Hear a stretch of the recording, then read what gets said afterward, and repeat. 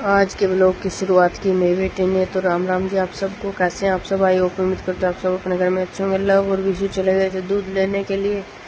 मैं बीच बीच में काम कर रही थी और लेट रही थी क्योंकि मेरी तबीयत बहुत ज़्यादा ख़राब हो रखी है। बिल्कुल आंखें खोलने का तो दिल ही नहीं कर रहा, ठंड भी लग रही है।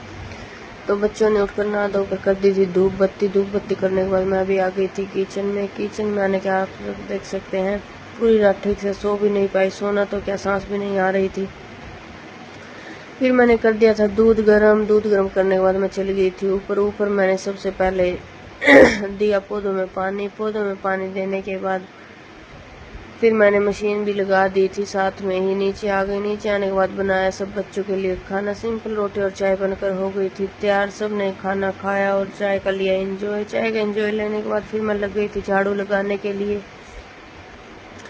बेमन से बस झाड़ू लगा रही थी, हिम्मत तो नहीं थी बट काम भी करना जरूरी है। तो मैं काम कर रही थी तब लव को देखा तो लव भविष्य का बैग टांग रहा था और बैग इससे भी बड़ा था और हर्षिता लगा रही थी पोछा। दोनों बहनों ने मिलकर लगाया पोछा। मैं चली गई थी ऊपर, कपड़े निकाले मशीन से, ड्रायर करके सुखा दिए थे, सब पे चिटकनी लगा दी थी। फिर मैं आ गई थी नीचे आने के बाद फिर मैं गई डॉक्टर के पास। डॉक्टर से फिर बुखार वगैरह चेक कराया, बीपी भी डाउन था और शुगर लेवल भी ठीक नहीं था।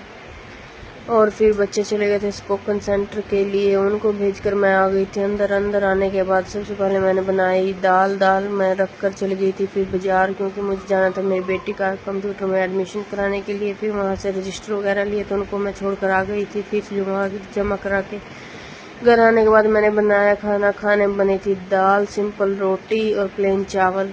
तो बच्चों ने बैठकर खाया खाना। दोपहर में इन्होंने खाना खा लिया था, तब तक लवन्या भी आ गई थी, फिर लवन्या ने भी खा लिया था बैठकर।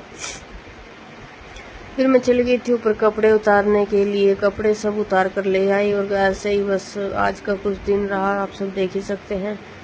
फिर मैं अभी ढेरों कपड़े की तय करनी है। तो राम राम।